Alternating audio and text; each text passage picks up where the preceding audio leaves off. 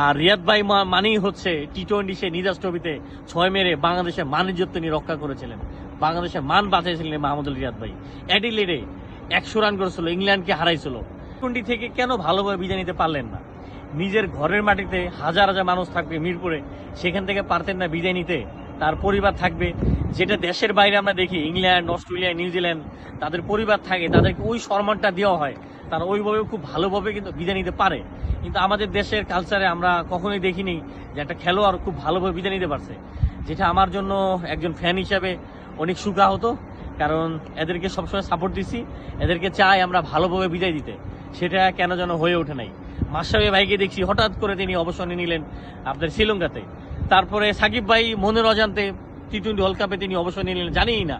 তারপরে রিয়াদ ভাই এখানে অবসর নিয়ে নিলেন, তা কষ্ট লাগে তাদেরকে, কারণ তারা আসলেই ক্রিকেটের রাজা, তারা লিজেন্ড, তাদেরকে আসলে অনেক বেশি সুখা হতো।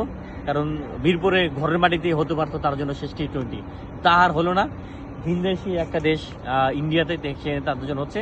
তবে আমি চাইবো মনে প্রাণে আগামীকালকে যে খেলাটা এই মাঠে রিয়াদ ভাইয়ের স্মরণীয় হয়ে থাকবে, সব খেলোয়াড়রা তার জন্য ভালোভাবে খেলবে এবং রিয়াদ ভাই মানে এরকম একটা ইনিংস তিনি খেলবেন যেটা তিনি মানে মনে রাখার মতো, সেটাই চাইবো রিয়াদ ভাইয়ের কাছে।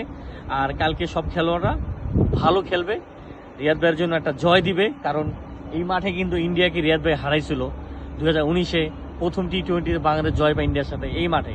সেভাবে এই জয়টা আমি আশা করব রিয়াদ ভাইয়ের জন্য।